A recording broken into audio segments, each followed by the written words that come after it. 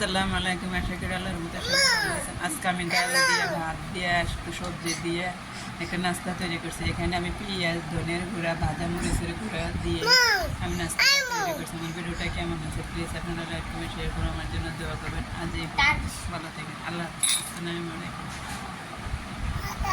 Tata. এই যে আমার বেবি টাটা দেয় আপনাদেরকে। খাও।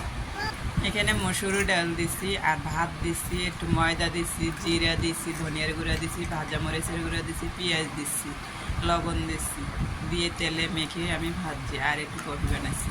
ভালো থাকবেন। আল্লাহ হাফেজ।